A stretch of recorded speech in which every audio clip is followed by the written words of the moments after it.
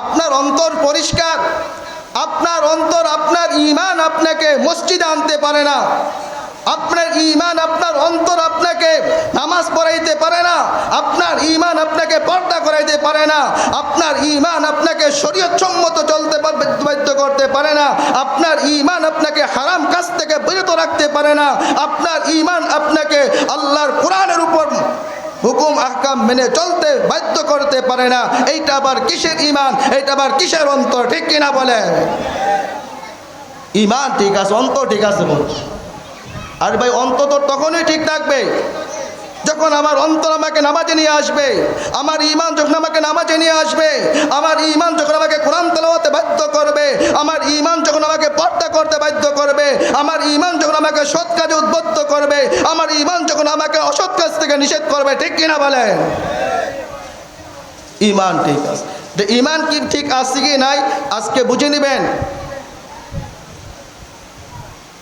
যদি আপনার নামাজ পড়তে ভালো না লাগে, যদি আপনার কোরআন তেলাওয়াত করতে ভালো না লাগে,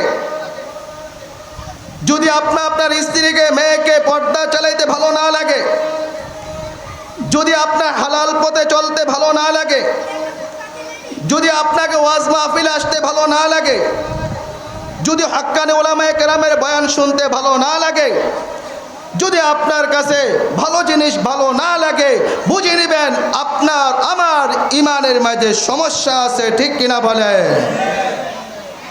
আপনার আমার ঈমানে ঝং ধরেছে, ঝং। আর যদি আপনার আমার ঈমান আমাকে নামাজে আসতে উদ্বুদ্ধ করে, ভালো কাজ করতে উদ্বুদ্ধ করে, কোরআন তেলাওয়াত করতে উদ্বুদ্ধ করে, দিনের পথে চলতে শুকরিয়া আদায় করবেন আলহামদুলিল্লাহ যে আমার ঈমান সতেজ আছে, আমার ঈমান কি আছে? আপনার মজবুত আছে, আমার ঈমানের মাঝে গুনার ঝং ধরে নাই। ঠিক কিনা বলে? বান্দা যখন গুনাহের কাজ করে, পাপের কাজ করে, অন্যায় কাজ যখন করে, ওই বান্দার অন্তরে একটি কালো দাগ পড়ে যায়। আবার যখন গুনাহের কাজ করে আরেকটি কালো দাগ পড়ে যায়। এভাবে বান্দার অন্তরটা এক পর্যায়ে কালো হয়ে যায়। কেমন কালো হয়ে যায়? লাকড়ি দ্বারা রান্না করলে পাতিলের তলা যেরকম কালো হয়ে যায়, তার থেকেও আরও বেশি কালো হয়ে যায়। তখন ওই অন্তর আর দিনই কথাবার্তা ভালো লাগে না, হক্কানি আলেম ওলামাদের কথাবার্তা ভালো লাগে না, নামাজ পড়তে ভালো লাগে না, কোরআন তেলাওয়াত করতে ভালো লাগে না, কোরআনের তেলাওয়াত করতে ভালো লাগে না, ভালো মানুষের মজলিসে যাইতে ভালো লাগে না। তখন এই বুঝতে হবে আমার আপনার অন্তরে ঝং ধরে গেছে। ওই ঝংকে দূর করার জন্য দুনিয়ার দাপড়িতে ঝং ধরলে যেরকম ঝং দূর করার জন্য আপনার রেত রয়েছে, ওই রেত দ্বারা বালু দ্বারা যখন আপনার দা এবং বডিকে ঘষা দিবেন, দা এবং বডির ঝং দূর হয়ে যাবে। আর অন্তরে যখন ঝং ধরবে, ওই অন্তরে ঝং দূর করার জন্য মাওলায়ে পাকের জিকির লাগবে।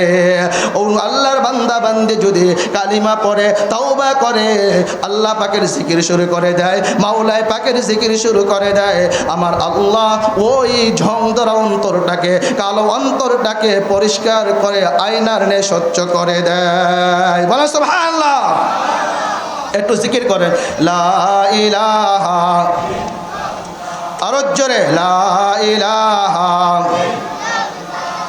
লা ইলাহা ইল্লাল্লাহ, লা ইলাহা,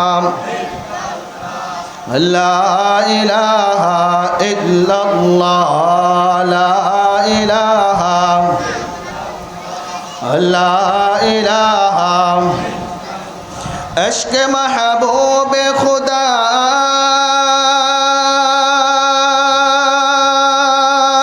जिस दिल में हासिल नहीं, लाखों मुमिन हो मगर ईमान में कामिल नहीं। ला इलाहा, ला इलाहा, ला इलाहा, ला इलाहा, ला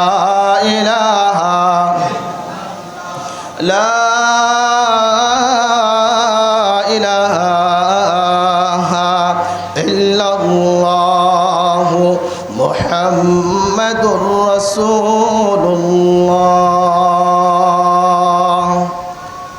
এখন যখন আমাদের গুনাহ হয়ে গেল, অন্যায় করে ফেললাম, অপরাধ করে ফেললাম, সারা জীবন মাওলার নাফরমানি করে কাটাইয়া দিলাম, গুনার সাগরে জর্জরিত হয়ে গেলাম। এখন আমার অন্তর অনুতপ্ত হয়েছে, আমার অন্তরে কথা জাগ্রত হয়েছে, আমি অনেক অন্যায় করে ফেলেছি, অনেক অপরাধ করে ফেলেছি।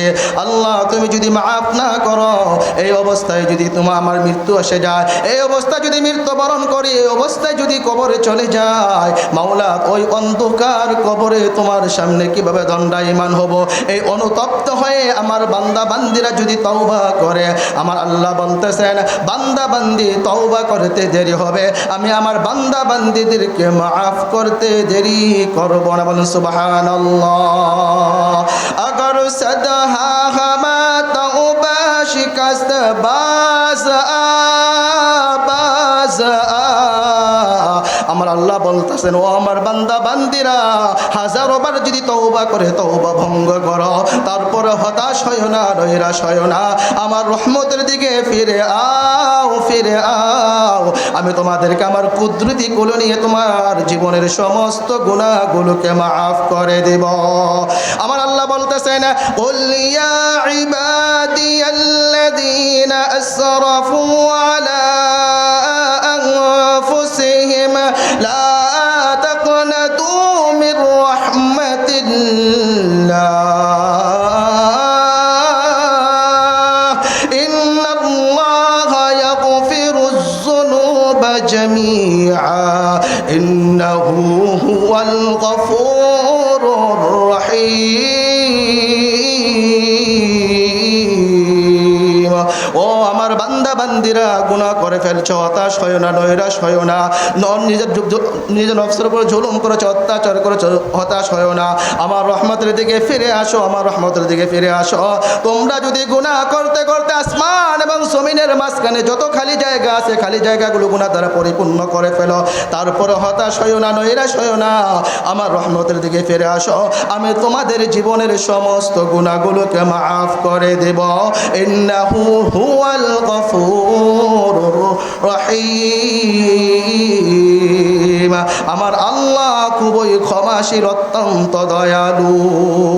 এজন্য গুনাহ হয়ে গেলে আমাদেরকে তওবা করতে হবে।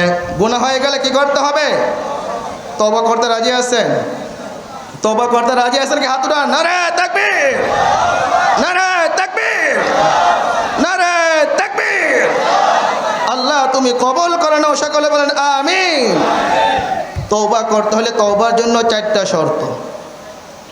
তওবার জন্য কয়টি শর্ত? 4টি শর্ত। 1 নম্বর শর্ত, এই 4টা শর্ত যদি কোনো আল্লাহর বান্দা বান্দি পালন করে তওবা করে, বলতেছে তার তওবা করতে দেরি হবে, আমার মাওলা ওই বান্দা বান্দির গুনাহগুলোকে মাফ করতে দেরি হবে না। বলে সুবহানাল্লাহ। 1 নম্বর, আমি আপনি যেই গুনাহতে লিপ্ত রয়েছি, যেই গুনাহতে আমি আপনি লিপ্ত রয়েছি, যে গুনাহ আমি আপনি চলমান করতেছি, কথার কথা নামাজ পড়ি না, নামাজ পড়া মনে হয় এটা গুনার কাজ না, কি বলেন? নামাজ পড়া এটাকে না পড়া এটাকে গুনার কাজ নেই, বলে গুনার কাজ না। বলে আমি আপনি যে নামাজ যে পড়ি না, নামাজ যে ছেড়ে দেয়, গুনাহ হবে কিনা বলেন? গুনাহ হবে।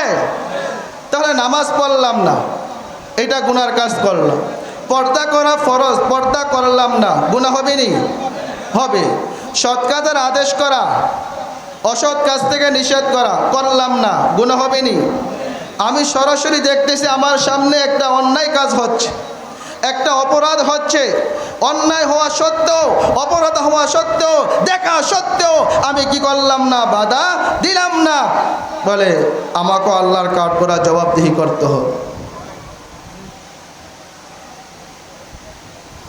আমার আল্লাহ বলেন, ওয়ালাকাদ যারানা লিজাহান্নামা কাসীরাম মিনাল জিন্নি ওয়াল ইনস লাহুম কুলুবুন লা ইয়াফকাহুনা বিহা ওয়া লাহুম আযানুন লা ইয়াসমাউনা বিহা ওয়া লাহুম আ'য়ুনুন লা ইউবসিরুনা বিহা أولئك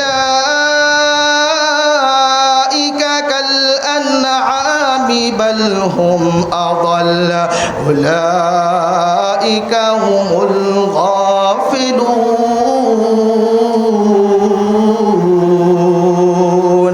আমার আল্লাহ বলতেছেন যাদের বুঝ শক্তি আছে, বুঝ শক্তি থাকা সত্ত্বেও বুঝলো না, চক্ষু আছে, চক্ষু থাকার সত্ত্বেও ভালোটা দেখলো না, কান আছে, কান থাকা সত্ত্বেও যারা ভালোটা শ্রবণ করলো না, আমার আল্লাহ বলতেছেন তাদেরকে যদি হাত পা চোখ কান নাকে তাদেরকে মানুষ মনে হয়, আমার আল্লাহ বলতেছেন এগুলা মানুষ না, উলাইকা কাল আনআম, এগুলা হলো চতুষ্প জন্তুর ন্যায়। শুধু চতুষ্প জন্তু বলে আমার আল্লাহ ক্ষান্ত হয় নাই, শেষ করেন নাই, আমার আল্লাহ বলতেছেন বালহুম আদল, এই মানুষগুলো চতুষ্প জন্তুর চেয়েও আরো নিকৃষ্ট, আরো খারাপ।